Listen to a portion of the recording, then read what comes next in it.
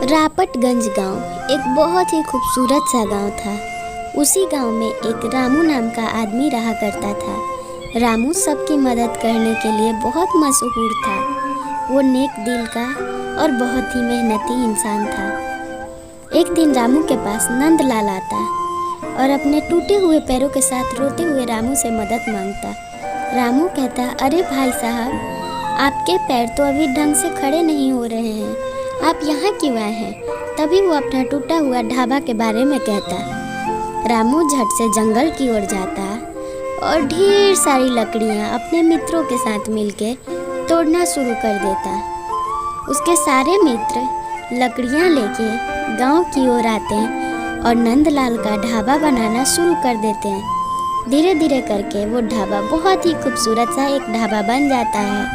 वहाँ पर उसकी पत्नी खड़ी रहती है, रमा कहती है, अरे भाई साहब, आपकी बहुत बहुत धन्यवाद।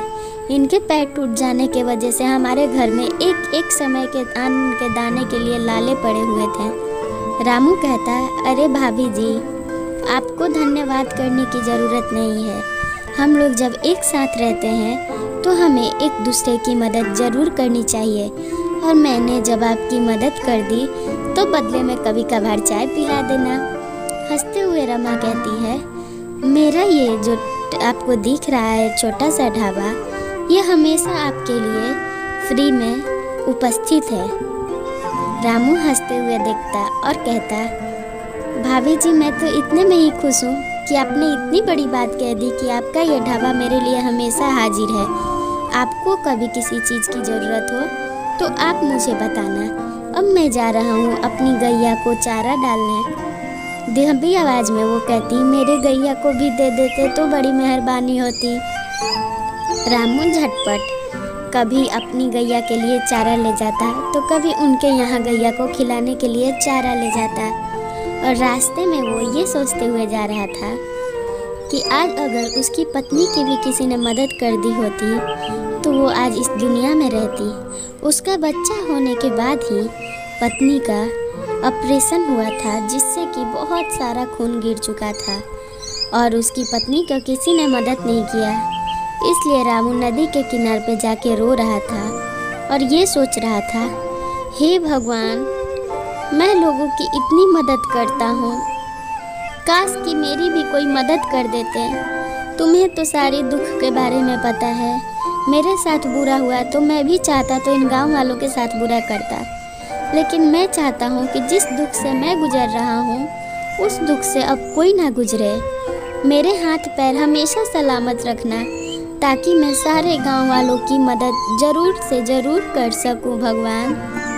इधर नंदलाल अपने टूटे हुए घर में अपनी पत्नी के साथ बैठ के ये सोच रहा था और कह रहा था कि आज रामू हमारी मदद ना करता तो हम लोग किसी घाट के नहीं रहते।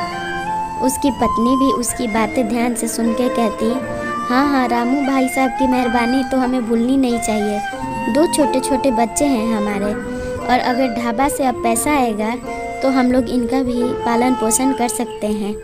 हमें हमेशा उनकी ये मदद याद रखनी चाहिए। दोनों उसके घर पे जाते हैं। रामू की अम्मा दूध तल रही थी। दूध तौलने के बाद वो कहती, अरे बच्चों, तुम लोगों को कोई मदद चाहिए? रामू तो अभी घर पे नहीं, वो पास वाले नदी के पास गया है। बताओ, मैं शायद मदद कर सकूं। वो दोनों कहते, अरे नहीं नहीं अम्मा, मदद की ज़रूरत नहीं। हम लोग तो बस आपसे मिलने आए थे, क्योंकि रामू भाई साहब घर पे नहीं थे। आपको कुछ भी चीज़ की ज़रूरत हो तो बेझिझक हमसे बता देना। अम्मा मुस्कुराती और लोगों की अच्छाई देख मन ही मन बहुत खुश हो जाती, और सब लोग उस गांव में मिलजुल के रहते हैं। नंदलाल अपनी पत्नी के सामने कहता, मैं बहुत शर्मिंदा हूँ कि मैंने रामू की वाइफ की मदद नहीं की थी। वो हम सबका मदद करते रहता है। फिर से वो लोग एक दूसरे का मदद हमेशा करने को तैयार रहते हैं। ऐसी कहानी के लिए चैनल सब्सक्राइब कर वीडियो लाइक कर दें।